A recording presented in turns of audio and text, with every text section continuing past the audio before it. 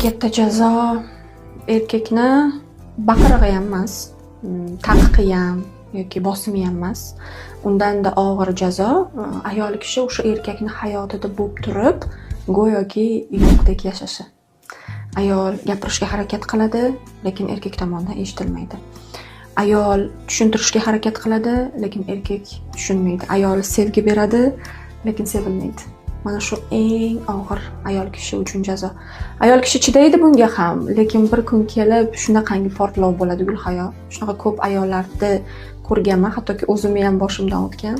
Ayol nuqta qo'ysa, haqiqatdan bo'ldi, tugadi desa, bu ayol kishi orqaga qaytmaydi urush.